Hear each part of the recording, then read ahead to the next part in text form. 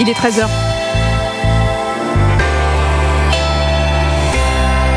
Europe 1 13h. 13h, 14h. Céline Géraud. Bonjour à tous et bienvenue à bord. Europe 1 13h, c'est votre rendez-vous d'information de la mi-journée sur Europe 1. Dans ce journal, un commissariat et des voitures de police incendiées à Cavaillon. Nous irons dans le Vaucluse dans quelques instants. Les agressions contre les médecins se multiplient, plus 27% en un an. Illustration à Toulouse, vous entendrez des praticiens angoissés et démoralisés. Un mois de pluie en une seule journée, la tempête Kirk va balayer la France d'ouest en est. 34 départements en vigilance orange. À quoi faut-il s'attendre ? Et puis le gouvernement compte prolonger l'utilisation des tickets resto pour les courses alimentaires en supermarché. Tous les détails à la fin de ce journal. Bonjour Géraldine Amont. Bonjour Céline.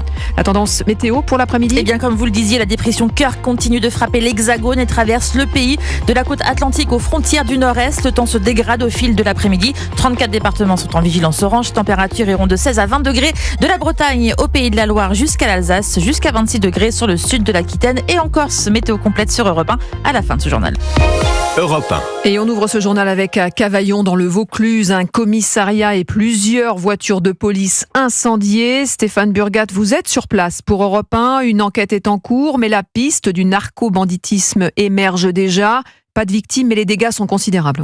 Oui, à la vue des carcasses de voitures carbonisées et puis la façade noircie du commissariat sur 4 étages, on devine sans peine la violence de cet incendie qui s'est déclaré un peu avant 5 heures ce matin. 3 voitures, dont une banalisée ainsi qu'une petite fourgonnette, prennent feu. À l'intérieur du commissariat, 3 policiers sont en poste et leur crainte première est celle d'une possible tentative de libération, puisqu'il y a à ce moment précis 5 personnes gardées à vue dans des affaires de trafic de drogue. Alors, il n'y aura pas d'intrusion finalement, mais pour le directeur départemental de la police nationale, Emmanuel Desjard, la nature criminelle ici ne fait aucun doute. Depuis un mois, on a eu de bons succès contre les narcotrafiquants, notamment sur ceux de la cité du Dr Heim. Saisie de 15 kilos de cannabis, 6 kilos de cocaïne, une dizaine d'armes, dont des armes de poing et des armes longues, 20 000 euros. Voilà, donc des résultats qui à chaque fois font mouche. On leur fait mal, ils pensent qu'ils vont nous intimider, ouais, mais ils nous intimident pas du tout. Les véhicules seront rapidement remplacés, il l'assure. Une estimation est d'ailleurs en cours selon le parquet, qui ouvre d'ailleurs une enquête qui est confiée à la division de la criminalité organisée d'Avignon. Stéphane Burgat à Cavaillon pour Europe 1. Et pendant ce temps-là, des insultes, des menaces, des vols. En un an, les agressions contre les médecins ont bondi de 27% selon l'Observatoire de l'Ordre des médecins. Accablant, la violence sans ordonnance. Illustration à Toulouse, le reportage Europe 1 de Charles Lhuillet. Dans ce centre SOS Médecins à Toulouse, les agressions démarrent dès la prise en charge téléphonique. Et c'est Dany, la standardiste, qui en fait les frais. Mange tes morts, nique ta mère, etc. C'est des violences verbales, c'est pire qu'avant. Ça va crescendo. Un basculement récent qu'a bien constaté le docteur Cruège et ses 30 ans d'expérience. Moi, j'ai des patients qui n'ont pas pris de rendez-vous, qui ne veulent pas partir. Mais la violence peut être physique. Des fois, vous êtes obligé de partir du cabinet ou alors vous appelez les flics. Mais des fois, vous pouvez pas appeler parce qu'ils vous menacent. Le médecin n'a plus l'aura qu'il avait avant. Un changement de statut constaté par le docteur Sohen, de plus en plus considéré comme un distributeur automatique de documents administratifs. On a parfois l'impression d'être considéré un petit peu comme des guichets et plus forcément comme des professionnels de santé. C'est pas je viens chercher un arrêt maladie, c'est je viens parce que je veux être arrêté. Ça peut arriver que certains médecins acceptent sous pression, qu'il n'y a plus forcément le même relationnel avec les médecins. Pour s'adapter à cette violence de plus en plus présente, l'Ordre des médecins souhaite la généralisation du bouton poussoir qui permet d'alerter directement les autorités pendant la consultation. Toulouse, Charles Lhuillier, Europe 1. Et à Tourcoing, dans le Nord, 2 jours après l'agression d'une enseignante frappée par une élève à qui elle avait demandé de retirer son voile, l'atmosphère est toujours très pesante. Lionel Gougelot, vous êtes le correspondant européen dans les Hauts-de-France. L'élève de 18 ans a été déféré ce matin et sera jugé en comparution immédiate cet après-midi. Oui, effectivement, comparution immédiate pour répondre des violences dont elle est accusée sur la personne de la professeure. Elle pourrait être jugée dès cet après-midi, mais elle pourrait aussi demander un délai pour préparer sa défense et donc demander, comme la loi le prévoit, un renvoi de son procès dans les prochaines semaines. On devrait toutefois, à l'occasion de cette audience cet après-midi, connaître sa version des faits, en tout cas dans les grandes lignes, savoir notamment si elle reconnaît les violences et les circonstances dans lesquelles elle aurait refusé de retirer son voile islamique à l'intérieur même du lycée lycée Sévigné de Tourcoing. Hier, les sœurs et le frère de la jeune fille ont interpellé les journalistes qui se trouvaient face au lycée, assurant que c'était l'enseignante qui avait porté les premiers coups. Une version fermement démentie par les éléments tangibles de l'enquête, même si c'est vrai, la professeure agressée a répliqué, on le sait, par une gifle aux violences de l'élève. Ce matin, les enseignements étaient toujours suspendus au lycée Sévigné de Tourcoing, avec toutefois un accueil assuré pour les élèves. La direction et les enseignants étaient encore en réunion pour préparer la reprise des cours demain. Ambiance, vous le disiez Céline, très pesante, avec un climat tendu, voire même des craintes de représailles, et une question aussi qui va se poser dans les prochains jours, selon une responsable syndicale du secondaire: assurer la sécurité de cette enseignante. Tout un effectivement un vrai débat. Lionel Gougelot en direct de Tourcoing pour Europe 1. On en parlera d'ailleurs dès 13h20 avec Jules Torres et Nathan Dever, mes chroniqueurs. La violence encore qui se pilote désormais aussi à distance par téléphone depuis les prisons. Pour preuve, le week-end dernier à Marseille, ce tueur à gages de 14 ans recruté par un détenu via les réseaux sociaux, alors même que les portables sont formellement interdits, sauf à Montargis et à Besançon. Les prisonniers en semi-liberté ont le droit d'avoir un portable, une expérimentation très controversée. Jean-Baptiste Marty. Ils peuvent envoyer des SMS quand ils le veulent, appeler en illimité ou encore consulter leurs réseaux sociaux. Les détenus en semi-liberté sont comme à la maison. Pour cela, quelques règles à respecter, comme ne pas mettre le son trop fort ou encore présenter son téléphone à chaque retour de permission. Une aberration pour Wilfried Fonck, secrétaire national du syndicat UFAP. On peut aisément prendre en photo les personnels, on peut aisément faire des vidéos, on peut aisément prendre aussi des clichés de dispositifs de sécurité. Cette autorisation provisoire indigne donc et interroge, puisque dans le même temps, il est demandé au personnel pénitentiaire de faire la chasse aux portables. 50 000 appareils électroniques avaient été saisis en 2023. Un paradoxe aussi vis-à-vis de la loi, car détenir un téléphone en prison est considéré comme un délit dans le code pénal. Un délit puni jusqu'à 5 ans de prison et 375 000 € d'amende. Alors face à cette situation, les syndicats de surveillants pénitentiaires envisagent d'écrire au ministre de la Justice, Didier Migaud, pour mettre fin à cette expérimentation. Jean-Baptiste Marty du service police-justice d'Europe 1. 13h08, on reste ensemble bien sûr dans quelques instants à la veille de la présentation du budget, les contre-propositions de Gabriel Attal. Le gouvernement veut prolonger l'utilisation des tickets resto pour faire les courses alimentaires, on vous détaille tout ça. Et puis la dépression Kirk, 34 départements en vigilance orange. On fera un point complet sur la situation. À tout de suite. Céline Giraud vous informe de 13h à 14h sur Europe 1. Europe 1, 13h. Renault. On dit que la foudre ne tombe jamais 2 fois au même endroit. Pourtant, 50 ans après son premier lancement, Renault 5 revient pour un second coup de foudre. 100% électrique jusqu'à 410 km d'autonomie. Google intégré et assemblé à Douai. Découvrez Renault 5 e-Tech 100% électrique avec borne de recharge offerte. Portes ouvertes du 10 au 14 octobre.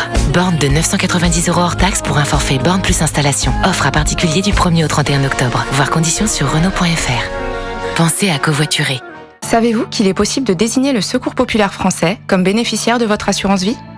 Oui, et j'ai souscrit une assurance vie en faveur du Secours populaire. Je leur fais confiance pour agir concrètement pour un monde plus juste et plus solidaire, auprès des personnes qui en ont le plus besoin, près de chez moi, en France et dans le monde. Demandez notre documentation gratuite au 01 44 78 79 26 ou rendez-vous sur secourspopulaire.fr.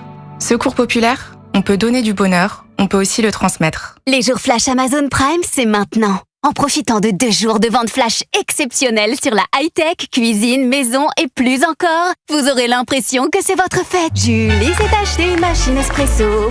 Pour les membres Prime, c'est l'heure des promos. Les jours flash Prime ont déjà commencé. 2 jours d'économie à ne pas manquer. Et maintenant, elle est devenue une vraie star. Les jours flash Amazon Prime, c'est les 8 et 9 octobre, exclusivement pour les membres Prime. Profitez-en maintenant. 13h, 14h. Europe 1, 13h. 13h10 sur Europe 1, la suite du journal avec vous, Céline Giraud. Et Michel Barnier a reçu ce matin les différents présidents de groupes de la majorité. Oui, une réunion de travail avant la présentation demain en Conseil des ministres et à l'Assemblée de son budget. Et Jacques Serret, Gabriel Attal tente de défendre ses contre-propositions. Oui, l'ex-premier ministre qui était aux manettes entre janvier et septembre lorsque les comptes publics se sont dégradés de manière spectaculaire estime avoir des choses à dire à son successeur et des bonnes idées à défendre. Gabriel Attal s'est donc présenté devant la presse il y a 1 heure dans une salle de l'Assemblée nationale à la veille de la présentation du budget de Michel Barnier. Dans ce moment compliqué pour notre pays, nous serons toujours du côté de la responsabilité. Nous ne serons pas dans l'opposition, mais dans la construction et les solutions. Nous avons en revanche des divergences sur quelques moyens.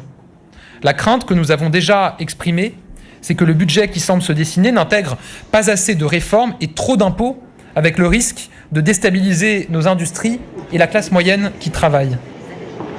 Nous nous sommes engagés lors des législatives sur pas de hausse d'impôts, rappelle le désormais président du groupe EPR au Palais Bourbon, qui se montre hostile à l'idée du gouvernement Barnier de geler les retraites, même le temps de quelques mois, hostile également à toute hausse de la taxe sur l'électricité, hostile à une hausse des impôts pour les grands groupes. Et pour quelle proposition ? À ce stade, Gabriel Attal prône l'application de la réforme de l'assurance chômage qu'il avait lui-même suspendue, mais aussi d'autres mesures pour plus de décentralisation et plus de lutte contre la fraude sociale. Jacques Serret en direct de l'Assemblée pour Europe 1. Et pendant ce temps-là, Emmanuel Macron se déplace aujourd'hui dans le Grand Est à la rencontre de soldats ukrainiens qui sont actuellement formés dans des bases militaires françaises. William Molinier, le président, va annoncer la création d'une brigade intégralement formée sur le territoire français. Le lieu doit rester secret pour des raisons de sécurité. À l'Elysée, on parle sobrement d'une base militaire française située dans le Grand Est. Une partie a été privatisée pour former exclusivement les soldats ukrainiens de la 155e brigade mécanisée. Des tranchées y ont été spécialement creusées pour reproduire au plus près le champ de bataille du front de l'Est. Cette brigade ukrainienne interarmes est composée de 4500 militaires. 2500 sont formés sur le territoire français. 2000 autres le seront dans les prochaines semaines sur place en Ukraine. C'est un investissement important pour l'armée française qui mobilise environ 1500 soldats tricolores pour conduire et sécuriser cette formation. La France fournit aussi du matériel militaire pour équiper la brigade, environ 150 véhicules blindés, dont des VAB ou des AMX dispersés, ainsi que 20 postes de tir de missiles Milan. L'objectif est de remettre clé en main dans quelques mois une brigade complète aux états-majors de Kiev, prête à partir au combat sur le front du Donbass. William Molinier, le spécialiste police-justice d'Europe 1. 13h13, c'est l'avantage social préféré des Français et cela concerne 4,5 millions de salariés. Le ticket restaurant, bien sûr. Et alors qu'il était question de le supprimer pour payer ses courses en supermarché, avec ce ticket, eh bien Aurélien Fleureau, cette mesure pourrait être prolongée. Oui, alors qu'il s'agissait au départ d'une dérogation mise en place pendant le Covid, puis prolongée avec le contexte d'inflation. Cela permet donc d'acheter des produits non directement consommables. Avant, c'était surtout restaurant, boulangerie. Désormais, nous pouvons effectivement les utiliser aussi dans les supermarchés avec un plafond quotidien de 25 €. Cela devait s'arrêter à la fin de l'année, mais le gouvernement pourrait bien décider de prolonger le dispositif pour 2025, une mesure pouvoir d'achat qui ne serait pas de trop au moment où un budget très dur se prépare. Bonne nouvelle donc pour les consommateurs qui se sont habitués à utiliser leur ticket resto au supermarché, beaucoup moins pour les restaurateurs. Franck Delvaux, président de l'UMI en Ile-de-France, parle de mesures dévoyées. Aujourd'hui, je pense qu'il faut appeler ça un titre inflation ou un titre course parce qu'on subit aussi le lobbying de la grande distribution qui veut récupérer ce marché. C'est 9 milliards quand même de chiffres. Pour m'expliquer comment on peut acheter 1 kilo de pâtes avec un titre restaurant puisque normalement, ça doit être utilisé pour une consommation immédiate. Donc, on a quand même rarement vu quelqu'un manger des pâtes crues pour le déjeuner. Et l'Union des métiers et des industries de l'hôtellerie propose l'instauration d'un double plafond, remonté à 38 € par jour pour les pauses déjeuner au restaurant et limité à 10 ou 15 € pour la grande distribution. Merci pour toutes ces précisions, Aurélien Fleureau du service économie d'Europe 1. 13h14 sur Europe 1. Attention à la dépression cœur qui va balayer la France aujourd'hui, Céline. Oui, Météo France appelle à la plus grande vigilance. 34 départements en vigilance orange, Yoann Madec. Oui, avec une zone particulièrement à risque, l'axe allant de la Vendée aux Ardennes, où l'équivalent d'un mois de pluie va tomber juste sur la journée d'aujourd'hui. Le vent, lui, concerne surtout le sud de la France, avec un axe qui va des Pyrénées-Atlantiques à la Haute-Saône, où des rafales allant jusqu'à à peu près 100 km/h en plaine sont attendues.